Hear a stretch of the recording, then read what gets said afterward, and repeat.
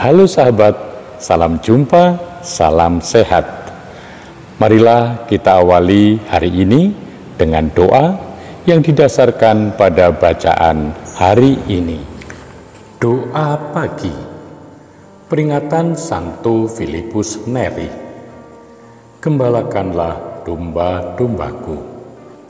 Dalam nama Bapa dan Putra dan Roh Kudus. Amin. Bapa, Paulus berani mati demi Kristus dan Injil. Paulus tidak merasa bersalah melanggar hukum Yahudi hingga pantas dijatuhi hukuman mati. Untuk menghindari pengadilan korup dan berat sebelah, ia naik banding kepada Kaisar. Ia sebaliknya juga tidak mau dikurangi sedikit pun dari apa yang ia miliki dan apa yang telah disumbangkan demi kerasulan. Ia memanggilmu sebagai saksi bahwa ia tidak berdusta, lalu tidak untuk berbangga, melainkan untuk bersyukur akan rahmat dan belas kasih-Mu.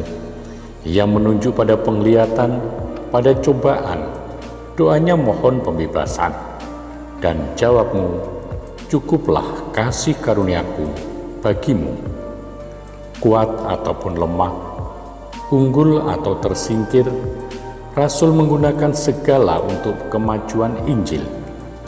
Kebenaran diutarakan secara jujur, tidak untuk membanggakan diri, tetapi untuk berpijak pada kenyataan, keadilan dan kebenaran dalam perjuangan mewartakan Injil sampai mati di martir.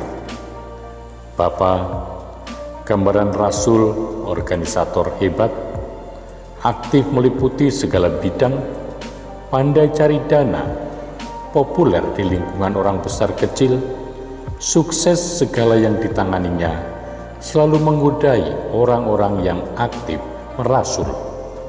Orang tertarik pada kehebatan Paulus atau Santo Fransiskus, tetapi Injil Yohanes dan Yesus menunjuk segi lain.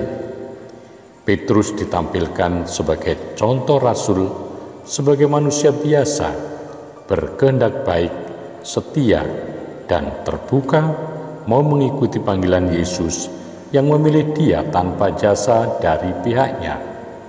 Ia punya kelebihan dan kelemahan, hingga kelemahan pernah sempat menguasai dan menjatuhkannya. Hanya pengampunan, cinta, dan belas kasih Kristus dapat mengangkatnya kembali sebagai murid. Petrus tidak lagi mau membanggakan diri sebagai yang mencintai Yesus lebih daripada yang lain. Ia hanya mengaku mencintai Yesus. Atas dasar kemauan mencintai itu, Petrus diserai tugas menggembalakan umat. Bapa, Yesus sendiri yang memanggil dan mengangkat Simon menjadi Petrus. Dan Petrus hanya menjadi karang padas karena ditunjuk oleh Kristus. Dalam penunjukannya, Yesus sedia mendasari si lemah untuk menjadi kuat, si penakut untuk menjadi berani. Semua kekuatan dan kemampuan berasal dari Kristus. Petrus mengikuti Yesus karena ditarik oleh cinta.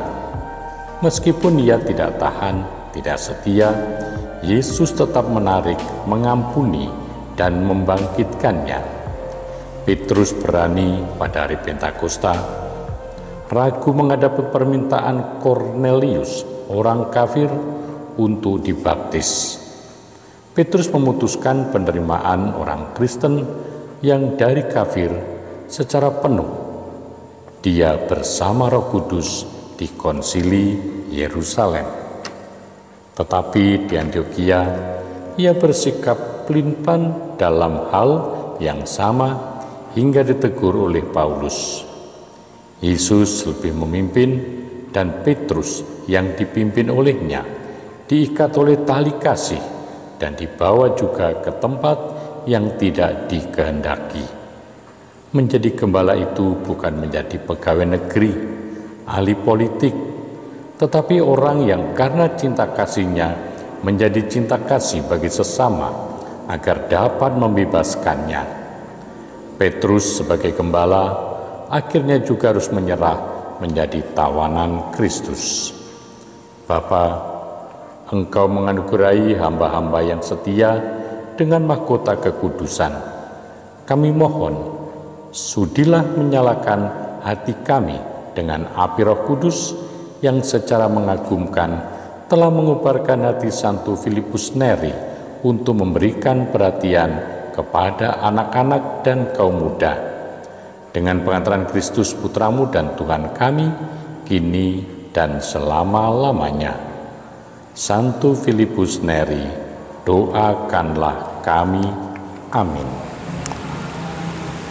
Semoga Allah yang Maha Kuasa memberkati saudari-saudara sekalian, Bapa dan Putra dan Roh Kudus. Amin.